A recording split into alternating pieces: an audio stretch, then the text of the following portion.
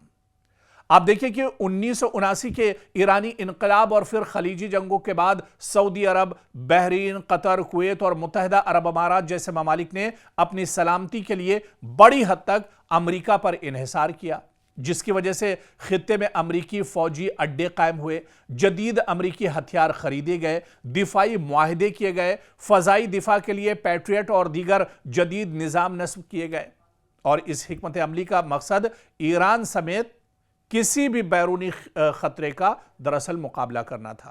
عرب ممالک کو ایران سے بہت بڑا خطرہ تھا، لیکن اس بیچ آپ دیکھیں کہ گزشتہ چند برسوں میں ایران کے میزائل اور ڈرون پروگرام میں نمایاں پیش رفت بھی دیکھنے کو ملی۔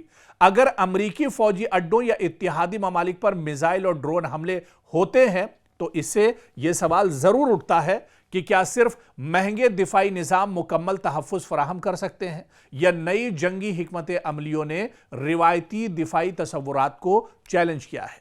اسی تناظر میں امریکی دفاعی اخراجات، پیٹریٹ میزائلوں کی قلت اور کم لاگت والے دفاعی نظاموں پر بھی بحث تیز ہوتی دکھائی دے رہی ہے۔ امریکہ اپنے اتحادیوں کی حفاظت کرنے میں ناکام ثابت ہوا ہے۔ حالیہ برسوں کے واقعات نے یہ ضرور دکھایا ہے کہ ایران کے ہر میزائل یا ڈرون حملے کو امریکہ روکنے میں ناکام رہا۔ جدید جنگوں میں مکمل دفاع کی ضمانت دینا دراصل انتہائی مشکل ہے۔ مسلسل حملوں کی صورت میں دفاعی نظام اور ذخائر دونوں پر دراصل اس کا دباؤ کافی زیادہ ہوتا ہے۔ اور پھر آپ دیکھیں کہ دلچسپ بات یہ ہے کہ حالیہ برسوں میں کئی خلیجی ممالک نے ایران کے ساتھ تعلقات بہتر بنانے کی کوشش بھی کی ہے۔ مثال کے طور پر سعودی عرب اور ایران نے سفارتی تعلقات بحال کیے، متحدہ عرب امارات نے بھی سفارتی روابط میں بہتری لائی، خلیجی ممالک نے کئی مواقع پر براہ راست تصادم سے گریز کی پالیسی بھی اپنائی، اور اس سے ظاہر ہوتا ہے کہ عرب ممالک صرف امریکہ پر انحصار نہیں کر رہے ہیں بلکہ سفارت کاری کے ذریعے بھی خطرات کو کم کرنے کی کوشش کر رہے ہیں۔ اور یہی وجہ ہے کہ بعض دفاعی اور سیاسی تجزیہ کاروں کا خیال ہے کہ اگر ایران، امریکہ اور اسرائیل کے درمیان کشیدگی مزید بڑھی تو خلیجی ممالک امریکی فوجی اڈوں کی موجودگی کی وجہ سے براہ راست خطرے کی زد میں آ سکتے ہیں۔ تیل کی تنصیبات، بندرگاہیں اور اہم انفراسٹرکچر نشانہ بن سکتے ہیں۔ سرمایہ کاری، سیاحت اور معیشت متاثر ہو سکتی ہے۔ ابنائے ہرمز میں کشیدگی عالمی تجارت کو متاثر کر سکتی ہے، اور یہی تمام جو صورتحال ہے اس کی شروعات اب ایک طرح سے مشرق وسطیٰ میں ہو چکی ہے۔ صرف امریکہ کی موجودگی کی وجہ سے عرب ممالک جس طرح سے امریکہ کے پٹھو بنے ہوئے ہیں، امریکہ کی چودراہٹ قبول کیے ہوئے ہیں، امریکہ ان کی حفاظت کرتا ہے، اس کے بدلے میں عرب ممالک لاکھوں اور کروڑوں ریال جو ہیں، ڈالرز جو ہیں، وہ امریکہ کو دیتے ہیں ایک طرح سے۔ اور آج آپ دیکھیں کہ اسی امریکہ کی موجودگی کی وجہ سے پورا مشرق وسطیٰ ایک طرح سے آگ کے ڈھیر پر بیٹھا ہوا ہے۔ پورا مشرق وسطیٰ اب ایک طرح سے خطرناک صورتحال پورے مشرق وسطیٰ میں اب ایک طرح سے بن چکی ہے، اور یہی صورتحال اگر بنی رہی تو آنے والے دنوں میں پورے مشرق وسطیٰ میں حالات اور زیادہ خراب ہوں گے۔ ابھی تو امریکی مفادات کو صرف ایران نشانہ بنا رہا ہے۔ حالات اگر اور بگڑتے ہیں یا صورتحال اور خراب ہوتی ہے تو پھر مشرق وسطیٰ کے جو عرب ممالک ہیں انہیں اپنی سیکیورٹی کے لیے از خود ایک طرح سے سوچنا پڑے گا اور مجبور ہونا اس کے لیے پڑ سکتا ہے۔ امریکہ اور ایران کے درمیان جاری کشیدگی اب صرف براہ راست حملوں تک محدود نہیں رہی، بلکہ ایک ایسی جنگ کی شکل اختیار کرتی دکھائی دے رہی ہے جس میں لاجسٹکس، سپلائی لائنز اور فوجی انفراسٹرکچر اصل ہدف بن چکے ہیں۔ ایران اب صرف اسرائیل کو نشانہ بنانے کے بجائے ان ممالک میں موجود امریکی اڈوں پر حملے کر رہا ہے جو خطے میں واشنگٹن کے اہم اتحادی اور فوجی شراکت دار ہیں۔ ماہرین کا کہنا ہے کہ اگر یہی حکمت عملی جاری رہی تو امریکہ کو صرف میدان جنگ میں نہیں بلکہ اپنی پوری عسکری سپلائی چین اور آپریشنل صلاحیت میں بھی شدید مشکلات کا سامنا کرنا پڑ سکتا ہے۔ ایران کی کوشش یہ دکھائی دیتی ہے کہ وہ امریکہ کو ایک ہی محاذ پر نہیں بلکہ مختلف سمتوں سے دباؤ میں لائے۔ اسی لیے اس نے مبینہ طور پر ایسے امریکی فوجی مراکز کو ہدف بنایا جو امریکی افواج کے لیے ایندھن، رسد، انٹیلیجنس اور کمانڈ اینڈ کنٹرول کا بنیادی کردار ادا کرتے ہیں۔ اس حکمت عملی کے تحت آپ دیکھیں کہ کویت، بحرین، اردن اور ان ممالک میں موجود امریکی تنصیبات خصوصی توجہ کا دراصل مرکز بنے ہوئے ہیں، جہاں ایران نے بعض وقت سیدھے طور پر ان پر حملہ اور اٹیک کیا ہے۔ اسی طرح سے کویت کے علاقے الاحمدی میں موجود امریکی بحریہ کا فیول سپورٹ ٹرمینل مشرق وسطیٰ میں امریکی نیوی کی سب سے اہم رسدگاہوں میں شمار کیا جاتا ہے۔ خلیج فارس اور ابنائے ہرمز میں تعینات امریکی جنگی جہاز، ڈیزاسٹر اور دیگر بحری بیڑے اپنی ایندھن کی ضروریات بڑی حد تک اسی مرکز سے پورا کرتے ہیں۔ رپورٹ سے مطابق ایران نے حالیہ دنوں میں ڈرونز اور میزائلوں کے ذریعے اس تنصیب کو نشانہ بنایا، جس سے ایندھن ذخیرہ کرنے والے ٹینک، پائپ لائنیں اور ری فیولنگ انفراسٹرکچر متاثر ہونے کی خبریں بھی سامنے آ رہی ہیں۔ اگر کسی بھی فوجی طاقت کی ایندھن سپلائی متاثر ہو جائے تو اس کے جنگی جہازوں کی نقل و حرکت، گشت اور فضائی کارروائیوں پر براہ راست بہت بڑا حملہ ہوتا ہے۔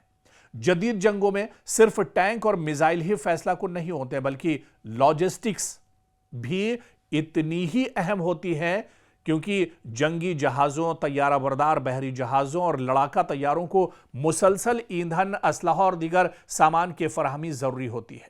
اگر سپلائی لائن متاثر ہو جائے تو دنیا کی طاقتور ترین فوج بھی اپنی کارروائیوں کی رفتار برقرار نہیں رہ سکتی۔ اسی لیے فوجی ماہرین سپلائی چین پر حملے کو دشمن کی جنگی صلاحیت کمزور کرنے کا مؤثر طریقہ ایک طرح سے قرار دیتے ہیں۔ اور ٹھیک اسی طرح سے آپ دیکھیے، بحرین میں امریکہ نے امریکی 5th فلیٹ کو نشانہ بنایا۔ بحرین میں موجود جو خلیج فارس، بحیرہ عرب، بحیرہ احمر اور ابنائے ہرمز میں امریکی بحری آپریشنز کی نگرانی کرتا ہے 5th فلیٹ۔ اگر اس نیٹ ورک یا اس کی سپورٹ تنصیبات کو نقصان پہنچتا ہے تو پورے خطے میں امریکی بحری کارروائیوں پر اثر پڑ سکتا ہے۔ اردن کا ٹاور 22 بہت امپورٹنٹ ہے۔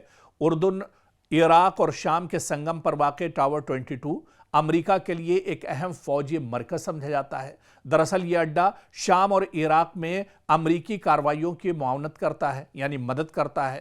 نگرانی اور انٹیلیجنس آپریشنز کے لیے اس کا استعمال ہوتا ہے۔ خطے میں امریکی فوجیوں اور اتحادی افواج کے درمیان رابطے کا بہت امپورٹنٹ یہ کانٹیکٹ اور مرکز مانا جاتا ہے۔ رپورٹ سے مطابق اس مقام پر حملوں کے نتیجے میں لاجسٹک سہولیات اور نگرانی کے بعض نظام متاثر ہوئے ہیں، جبکہ متعدد اہلکار زخمی ہونے کی اطلاعات بھی سامنے آ رہی ہیں۔ تو پورے مشرق وسطیٰ میں جہاں بھی امریکی انفراسٹرکچر ہے وہ اب کہیں بھی محفوظ نہیں ہے۔ مشرق وسطیٰ میں امریکی جو فوجی ہیں وہ بھی ایک طرح سے محفوظ نہیں ہے، کیونکہ جنگ کا دائرہ بڑھ چکا ہے، اور اب یہاں سے ایران نے اپنی جنگی حکمت عملی جو ہوتی ہے اس کو بھی، یعنی وار جو پالیسی ہے اس میں بھی بہت بڑا بدلاؤ ایران لے کر آئی ہے، جس کی وجہ سے اب ڈونلڈ ٹرمپ دراصل پریشانی کا شکار ہو گئے ہیں۔